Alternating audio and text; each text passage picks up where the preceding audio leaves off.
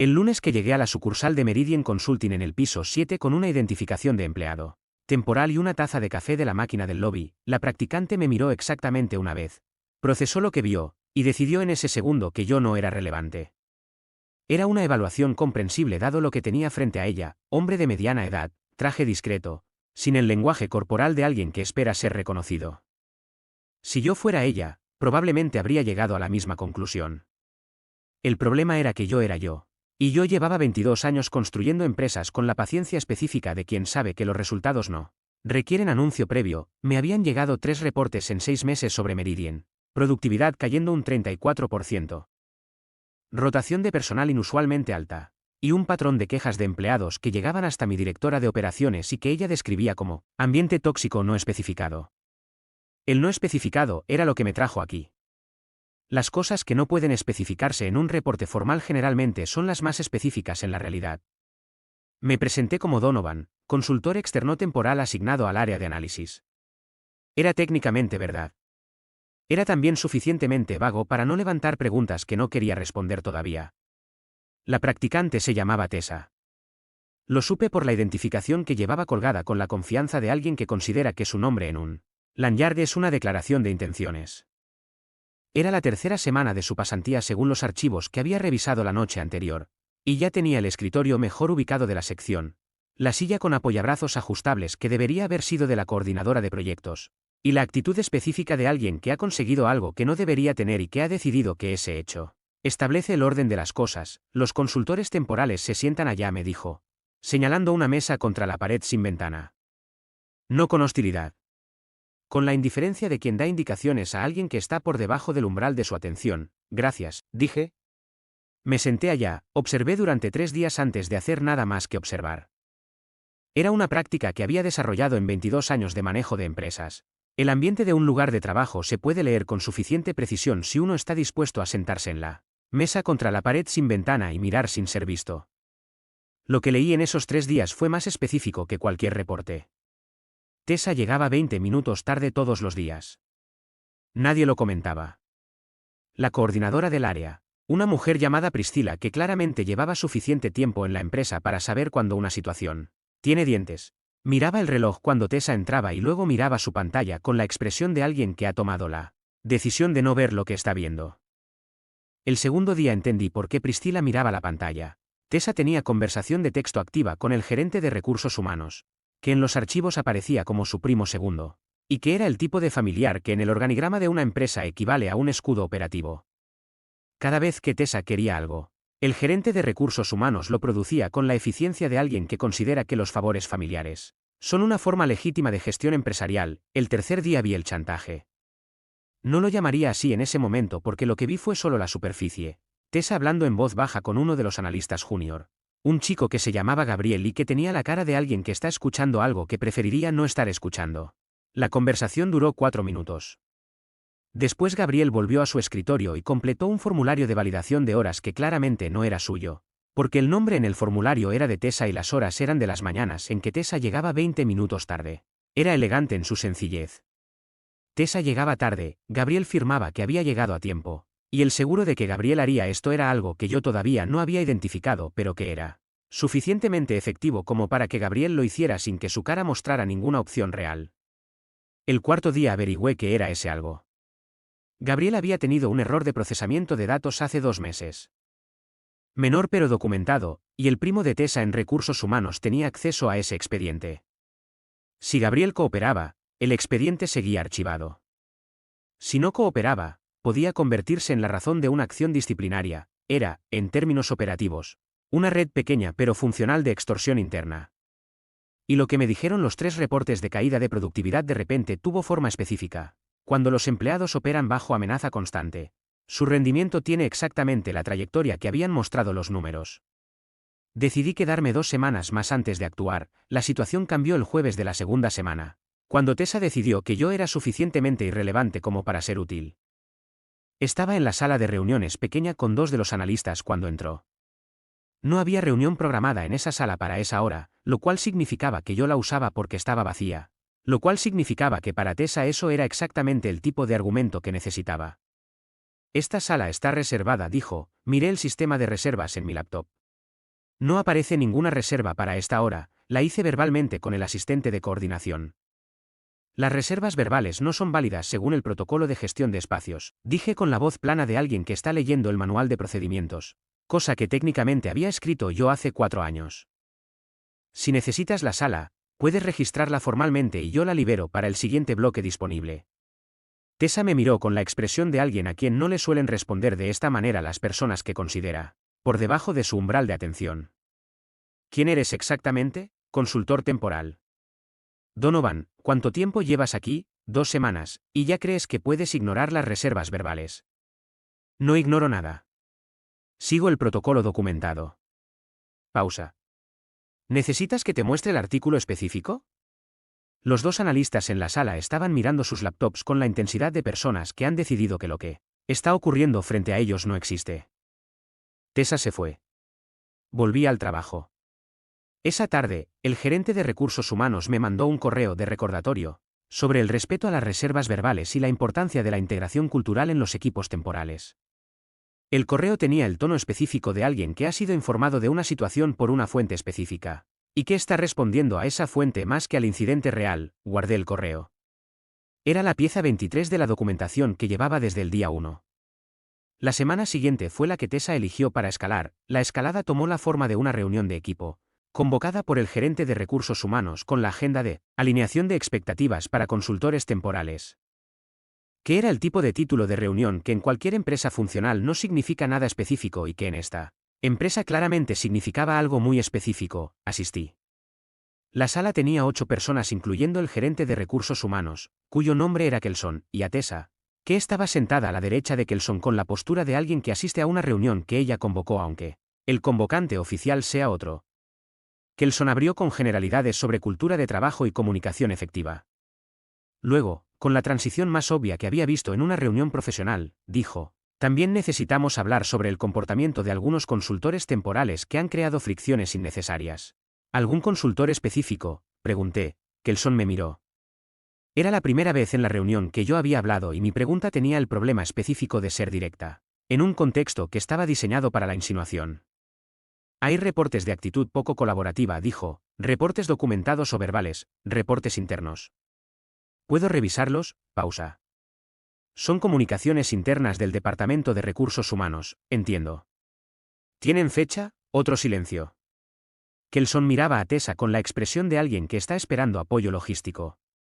Tessa tenía la cara de alguien que ha planeado una situación y que está viendo que el sujeto de la situación no está siguiendo el guión esperado. Donovan, dijo Tessa, con la voz de quien decide tomar el control directamente. Lo que todos aquí saben, aunque no lo digan, es que los consultores temporales que crean problemas generalmente no completan su asignación. Era la amenaza más transparente que había escuchado en una sala de conferencias desde que un competidor me había dicho hace 15 años que mis proyecciones de crecimiento eran optimistas. La transparencia no la hacía menos amenaza. La hacía más interesante. Miré a Tessa. Luego a Kelson. Luego al resto de la sala, donde 6 personas miraban sus cuadernos, sus teléfonos, sus manos. Cualquier cosa que no fuera lo que estaba ocurriendo. ¿Cuánto tiempo llevas en la empresa? Tessa, dije, 3 semanas, ¿y ya tienes autoridad para comentar sobre la continuidad de los consultores? Tengo suficiente influencia. Suficiente influencia. Repetí la frase con la calma de quien tiene tiempo. ¿A través de qué posición exactamente? Tessa miró a Kelson. Kelson miró a Tessa. Era el intercambio de 2 personas que comparten un secreto que acaban de ver amenazado y que todavía no saben exactamente desde qué dirección. Creo que esta reunión ha sido suficientemente informativa, dije. Me levanté. Gracias por la alineación de expectativas. Recogí mi laptop. Kelson, espera un correo mío esta tarde. Salí de la sala. El correo que mandé esa tarde no fue a Kelson. Fue a mi directora de operaciones, que era la única persona en la estructura corporativa que sabía que yo estaba en Meridian y que esperaba exactamente el tipo de comunicación que le mandé: un resumen de 3 semanas de observación, la documentación completa de 31 entradas, y la solicitud de 3 cosas específicas. La primera, acceso a los registros completos de recursos humanos de los últimos 18 meses, a través del sistema central que Kelson no administraba y que por lo tanto no podía filtrar. La segunda, una reunión con el auditor interno de la corporación para el viernes siguiente. La tercera, Acceso a las grabaciones del sistema de seguridad de la sucursal para las últimas 6 semanas. Que existían porque yo había implementado ese sistema hace 3 años y que el personal de Meridian usaba para registrar entradas y salidas sin saber que también registraban audio en las áreas comunes cuando se activaba por volumen.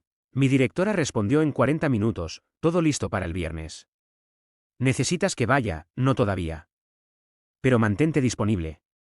El viernes de la semana siguiente fue el día que decidí dejar de ser Donovan el consultor temporal. La reunión con el auditor interno duró 3 horas. Lo que habíamos encontrado en los registros de recursos humanos no era solo la red de Kelson y Tessa. Era más antigua y más ramificada.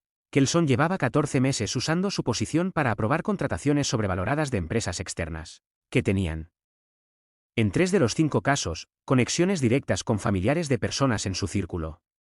Las comisiones que generaban esas contrataciones no llegaban a las cuentas de la empresa. Llegaban a algún otro lado que el auditor tardaría 2 días más en rastrear completamente. Tessa era nueva en el esquema. Pero había aprendido rápido cómo funcionaba y había aplicado la lógica a su escala: control pequeño, extorsión pequeña, resultados pequeños pero constantes. Era la versión junior de un sistema que Kelson tenía operando con más sofisticación desde hacía más de un año. El lunes siguiente llegué a Meridian piso 7 a las 8:30 de la mañana. Con mi identificación real, no la de consultor temporal. La que decía Donovan, CEO, Grupo Meridian Holdings. La recepcionista me miró. Procesó la identificación. Procesó mi cara. Procesó la diferencia entre los dos y llegó a la conclusión correcta con una velocidad que le agradeció. Buenos días, señor. ¿A quién? No hace falta avisar. Gracias, fui directamente al área de trabajo. Eran las 8:30 y Tessa todavía no había llegado. Kelson sí estaba, en su oficina de vidrio con la puerta abierta, revisando algo en su pantalla con la tranquilidad de alguien que no sabe que su mañana va a ser completamente diferente a lo que tiene planeado. Entré a la oficina de Kelson. Cerré la puerta. Me senté en la silla frente a su escritorio sin que él me invitara a hacerlo. Kelson me miró. Tardó 3 segundos en procesar que yo no era el consultor temporal que le había mandado el correo el jueves anterior. Otros 2 segundos en llegar a la conclusión de lo que eso significaba. La suma total de ese proceso fue visible en su cara como pocas cosas lo son. Donovan dijo, sí, no sabía qué. Lo sé. Eso era el punto.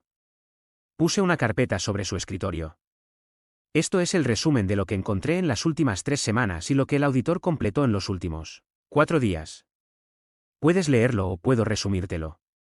El resultado es el mismo. Kelson miró la carpeta sin abrirla. ¿Cuánto tiempo llevas aquí? 3 semanas como consultor. 22 años como propietario.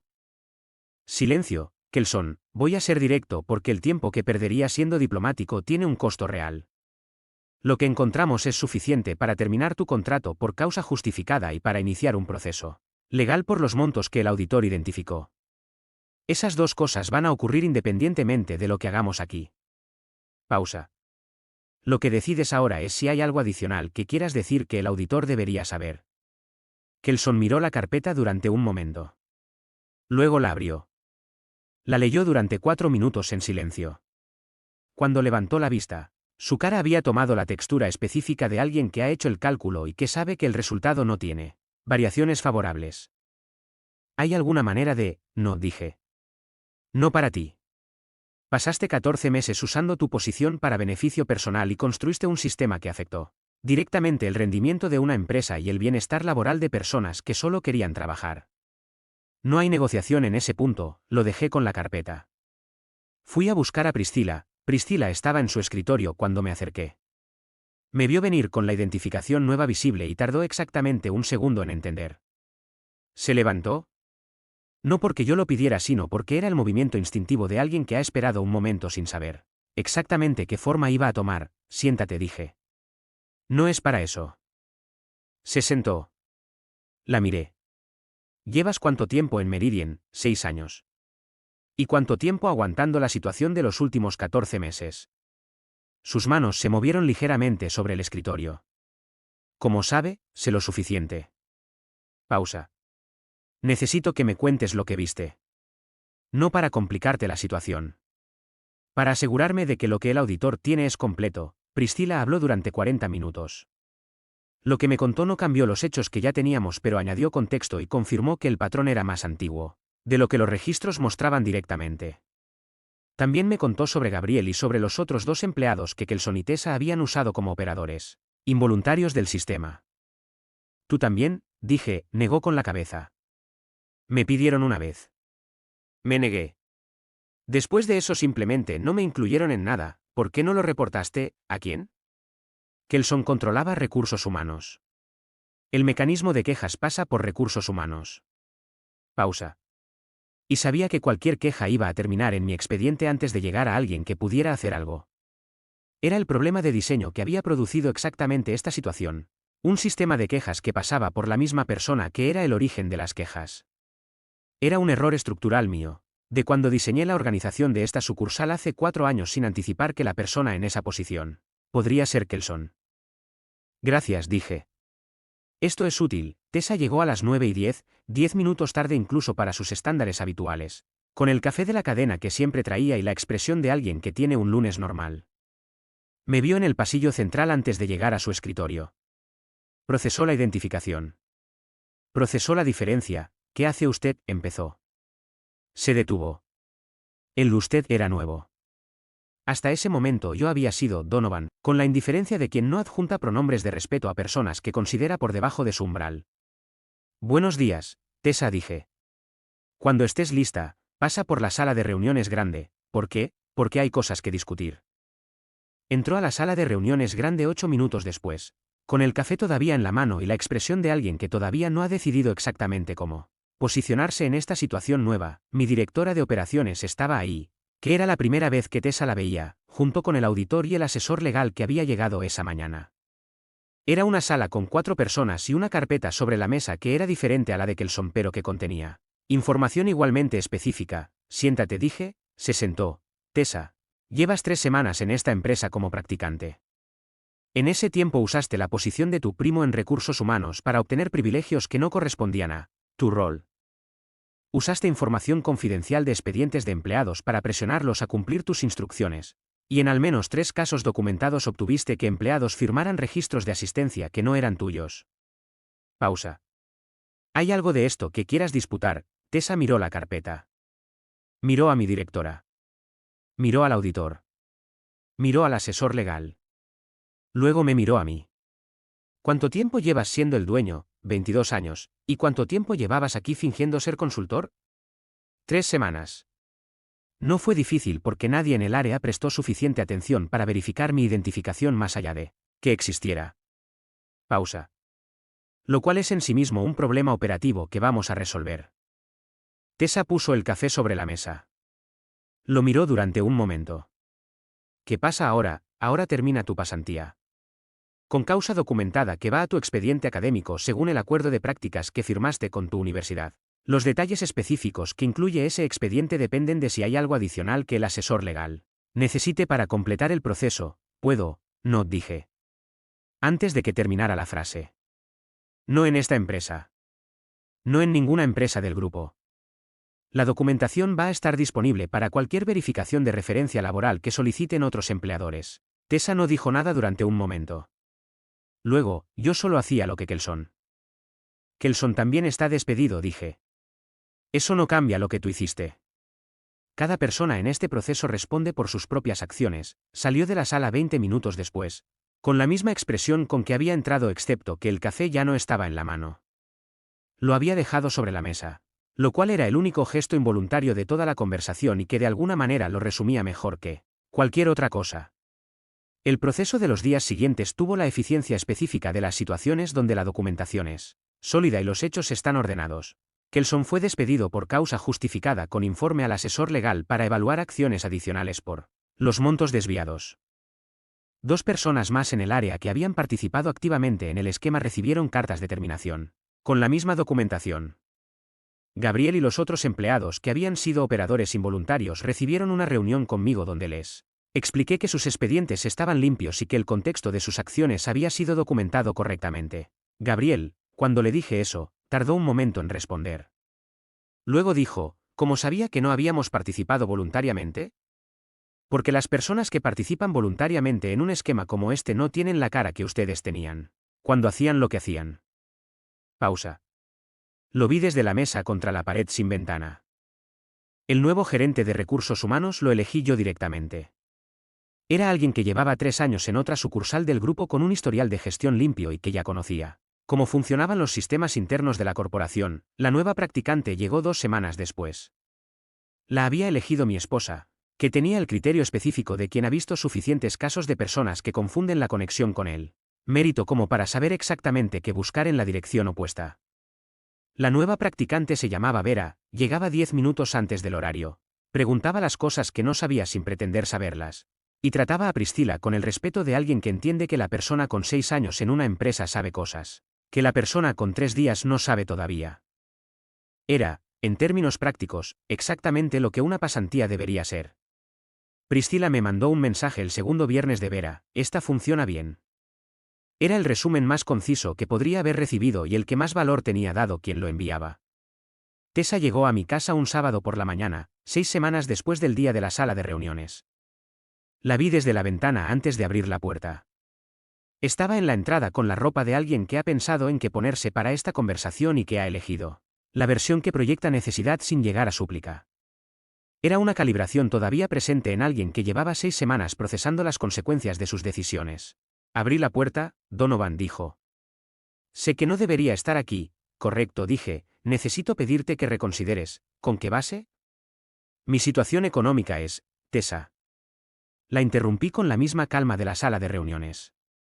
Lo que me estás describiendo son las consecuencias de tus propias acciones. No son una razón para revertir el proceso. Cometí errores, documentados. Sistemáticos. Con impacto real en personas reales que trabajaban bajo presión porque tú y tu primo decidieron que su posición era una herramienta personal. Pausa. Eso no es un error. Es una elección repetida. Tessa miró el suelo. Luego me miró. ¿No hay absolutamente ninguna posibilidad? No en ninguna empresa del grupo, dije. Eso no va a cambiar. Esperé un momento. Tessa no dijo nada más. Asintió con el movimiento de alguien que ha recibido la información que esperaba pero que necesitaba oírla de manera definitiva para poder hacer algo con ella. Se fue. Cerré la puerta, mi esposa apareció desde la sala. Tessa, y, lo que dijimos, mi esposa asintió.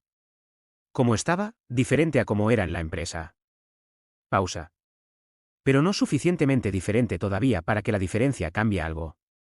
Era la evaluación más honesta que tenía disponible. No era crueldad.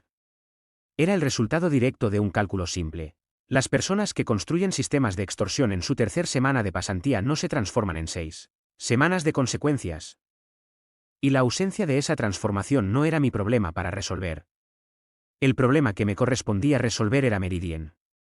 Y Meridian, con el nuevo gerente de recursos humanos, con Priscila en un rol de coordinación que debería haber tenido hace 2 años, con Gabriel trabajando sin el peso de una amenaza constante, con Vera llegando 10 minutos antes del horario y preguntando las cosas que no sabía. Estaba produciendo números diferentes, no dramáticamente diferentes todavía.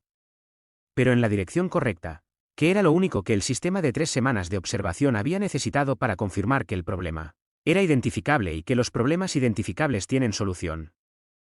Los que no la tienen son los que nadie se molesta en mirar desde la mesa contra la pared sin ventana. La moraleja.